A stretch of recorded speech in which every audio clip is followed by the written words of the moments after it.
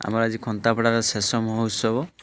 ମାଆଙ୍କର ବି ଆଜି ଶେଷ ରାତ୍ରି, ଆସନ୍ତାକାଲି ଭସାଣି। ନମସ୍କାର, ଜୟ ଜଗନ୍ନାଥ। ମୋର ଆଉ ଏକ ୟୁଟ୍ୟୁବ୍ ନୂଆ ଚ୍ୟାନେଲ୍କୁ ସ୍ୱାଗତ ଜଣାଉଛି। ଆଉ ଆଶା କରୁଛି ଆପଣମାନେ ଆଜି ବହୁତ ଖୁସିରେ ଥିବେ। ଆପଣଙ୍କ ଆଶୀର୍ବାଦରୁ ମୁଁ ବି ବହୁତ ଭଲରେ ଅଛି। ତେଣୁ ଆଜିକାର ବ୍ଲଗ୍ ଷ୍ଟାର୍ଟ କରିବା ଖନ୍ତାପଡ଼ାର ଶେଷ ମହୋତ୍ସବ। ତେଣୁ ଆଜି ଆସୁଛନ୍ତି ପୂନମ, ହିରୋଇନ୍ ପୂନମ ଆସୁଛନ୍ତି। ଆଉ ମୁଁ ଏବେ ବାହାରି ସାରିଲିଣି, ଆଇସା ବାହାରୁଛନ୍ତି। ତେଣୁ ଆପଣମାନେ ବି ଚାଲନ୍ତୁ ଆଉ ଏନ୍ଜୟ କରିବା ଆଉ ମେଳା ଉତ୍ସବ ବୁଲିବା। ତେଣୁ ଆପଣମାନେ ଅପେକ୍ଷାରେ ଥାଆନ୍ତୁ, ମୁଁ ଆପଣଙ୍କୁ ପହଞ୍ଚିକି ବ୍ଲଗ୍ଟି ଆପଣଙ୍କୁ ଦେଖେଇବି। ନମସ୍କାର, ଜୟ ଜଗନ୍ନାଥ। କେତେ ସୁନ୍ଦର ଗେଟ୍ ସଜା ହେଇଛି, ଗେଲୁ ଠିଆ ହେଇଛନ୍ତି। ଆମେ ଏବେ ଗେଟ୍ ପହଞ୍ଚିଗଲୁ, ମହୋତ୍ସବ ଗେଟ୍। ଏବେ ଭିତରକୁ ଏଣ୍ଟ୍ରି ମାରିବା। ବହୁତ ସାରା ଲୋକ ବି ଅଛନ୍ତି ଆଜି ଲାଷ୍ଟ ମହୋତ୍ସବରେ।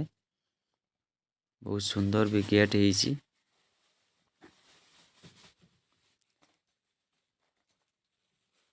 ଏଠି ଆମେ ତାଙ୍କୁ ଲେଖା ହେଇଛି ମୋ ଖନ୍ତାପଡ଼ା।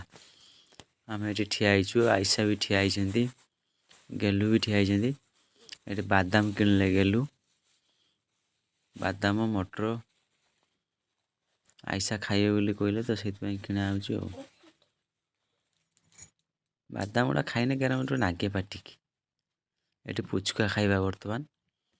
ଆମ ପଣପଣା ପୁଚକା ବାଲା ଇଏ ଶରତ ବାବୁ, ତାଙ୍କର ପୁଚକାଟା ବି ବହୁତ ଟେଷ୍ଟ ହୁଏ। ତେଣୁ ଆମେ ମେଳାରେ ବି ଆସିଛେ ତାଙ୍କ ପାଖରେ ପୁଚକା ଖାଇବା ପାଇଁ। ତେଣୁ ପୁଚକା ଖାଇଲେ। ଏଠି ସବୁ ହେଇଛି ପଥରର, ସବୁ ସାରା ଚିନା ମାଟିର ବହୁତ ସାରା ଜିନିଷ ହେଇଛି। ଏଠି ନାଗିଛି ଝୁଲଣ, ଚର୍କି ଝୁଲଣ, ବଢ଼ିଆ ରଙ୍ଗ ସଜା ହେଇଛି ବି। ଗେଲୁ ଆଇସା ଠିଆ ହେଇଛନ୍ତି। ଏଠି ବି ଲେଖା ତାଙ୍କର ଗାଡ଼ି ଚର୍କି। ଆଇସା ଖାଲି ଝୁଙ୍କ ନଗେଇଛନ୍ତି ଗାଡ଼ିରେ ବସିବେ ବୋଲି। ମନ ତାଙ୍କର ଭାରି କଷ୍ଟ ହେଇଗଲାଣି ଗାଡ଼ିରେ ବସିବେ ବୋଲି, ରାଗିକି ଫାୟାର। ବହୁତ କଷ୍ଟରେ ହାଇ କରୁଛନ୍ତି ଫ୍ରେଣ୍ଡକୁ। ଦୋକାନ ସବୁ ପଡ଼ିଛି, ଢେର ଦୋକାନ ସବୁ। ଲୋକ ଫାଙ୍କା ହେଇଗଲାଣି, ଆମେ ଟିକେ ଲେଟ୍ କରିକି ଆସିଲେ। ଆଉ ଷ୍ଟଲ୍ ସାଧା ପାନ, ବଢ଼ିଆ ରଙ୍ଗ ସଜେଇଛନ୍ତି ସାଧା ପାନ। ଏଇଟା ଟ୍ରେନ୍ ଭଳିଆ ଯିବ। ଆମେ ଆହୁରି ଭିତରକୁ ଯାଉଛେ ବୁଲିବା ପାଇଁ। ଏଠି ଛୋଟ ଝୁଲଣ ଚର୍କି। ଏବେ ମହୋତ୍ସବ ଦେଖିବା। ମହୋତ୍ସବ ତାଙ୍କର ବହୁତ ସୁନ୍ଦର ବି ଷ୍ଟେଜ୍ ସଜା ହେଇଥିଲା ବି। ଏଟା ପାଣିର ଡଙ୍ଗା। ଆଇସା ଏବେ ବସିବା ପାଇଁ ଯାଉଛନ୍ତି ଚର୍କି। ଏଇଟା ଡିଆଁଟେ ବି ବଢ଼ିଆ ହେଇଛି, ପିଲା ସବୁ ଡେଉଁଛନ୍ତି, ରବର ଭଳିଆ ହେଇଛି। ଏଟା ଖସିରିବା ପାଇଁ ହେଇଛି ନା, ବଢ଼ିଆ ରଙ୍ଗ ଖସିରିବା ପାଇଁ ବି ହେଇଛି। ଏଠି ଯିବା ବର୍ତ୍ତମାନ ଆଇସ୍କ୍ରିମ୍ ଦେଖିବା, କେମିତି ଆଇସ୍କ୍ରିମ୍ ହେଇଛି। ବାପି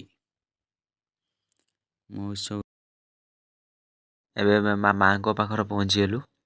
ମାଆଙ୍କର ଆଜି ଶେଷ ରାତ୍ରି, ଆସନ୍ତାକାଲି ମାଆଙ୍କର କାଳୀ ପୂଜା ଭସାଣି ହେବ। ଆଉ ଏଠି ଆଇସା ଆଉ ସାଇ ଠିଆ ହେଇଛନ୍ତି, ଗେଲୁ ବି ଠିଆ ହେଇଛନ୍ତି। ଆଇସା ଛାନିଆ ହେଉଛନ୍ତି। ଗେଲୁ ବାବା, ଗେଲୁଙ୍କର କି ହସ। ଆଇସା ଆଜି ଡ୍ୟାନ୍ସ ମାରିଲେଣି ମାଆଙ୍କ ଆଗରେ ଡ୍ୟାନ୍ସ। ଏ ବାବା, ହାଇ କରିଦେଲେ। ଏଠି ଦି ସମୁଦୁଣୀ ଠିଆ ହେଇଛନ୍ତି। ବାପା ଯାଇଛନ୍ତି କାଳୀ ଠାକୁର ଦେଖିବା ପାଇଁ। ଏଠି ହେଉଛନ୍ତି ଲକ୍ଷ୍ମୀ ଠାକୁର। ବାପା ଆସିଲେ ପୁଣି ମେଳାକୁ ଆମେ ବୁଲିବାକୁ ଯିବୁ। ଏ ହେଉଛନ୍ତି ମା ଲକ୍ଷ୍ମୀ, ଇଏ ହେଉଛନ୍ତି ତଳ ବଜାର, କାଳୀ ଠାକୁର ହେଇଛନ୍ତି ଉପର ବଜାର। ବାପା ଆସିଲେ,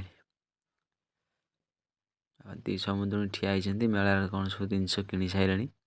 ଟୋପି କିଣିଛନ୍ତି, ଟୋଲା ଗୋଟେ କିଣିଛନ୍ତି, ଦି ସମୁଦୁଣୀ ଠିଆ ହେଇଛନ୍ତି। ଏବେ ଖାଇବା ପାଇଁ ଯିବା। ବାପା ଏଠି ଝିଲ୍ପି କିଣୁଛନ୍ତି। ବାପାଙ୍କର ଝିଲ୍ପି ଭାରି ପ୍ରିୟ। ଆମର ପକୁଡ଼ି, ବାପାଙ୍କର ଝିଲ୍ପି। ଭାଇ ଭଉଣୀ କ'ଣ ଠିଆ ହେଇଛନ୍ତି। ଏବେ ଭିତରକୁ ଆସିଲୁ, ଏଠି ଦେଖିବୁ ଟ୍ରେନ୍ରେ କେମିତି ଯାଉଛି, ଚର୍କି ଘୁରୁଛି।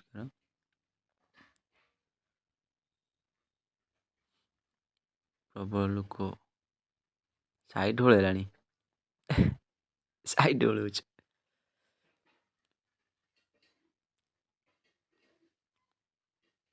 ପ୍ରବଳ ଲୋକ ଏଠି। ଚର୍କିରେ କେତେ ଟଙ୍କା? 30 ଟଙ୍କା ନେଉଛନ୍ତି ଚର୍କିରେ। ଆମେ ଏବେ ଏଠି ଯିବା ଫଟୋ ଉଠେଇବା ମୋ ଖନ୍ତାପଡ଼ା। ଲେଖା ହେଇଛି ମୋ ଖନ୍ତାପଡ଼ା। ଗେଲୁ ଆସି ଠିଆ ହେଇଗଲେ, ଲୋକ ପ୍ରବଳ। ଏଠି ଗେଲୁ ଧୂଆଁ କାଢୁଛନ୍ତି ନା ଗଞ୍ଜେଇ ଟାଣୁଛନ୍ତି? ଗଞ୍ଜେଇ ଟାଣିଲେ କି ସୁନ୍ଦର ଧୂଆଁ ବାହାରୁଛୁ। ଆଇସା ପାଟିରୁ ଧୂଆଁ ବାହାରିବ। ଏ ଧୂଆଁ ବାହାରିଲା, କେତେ ଜୋର ଧୂଆଁ ବାହାରୁଛୁ।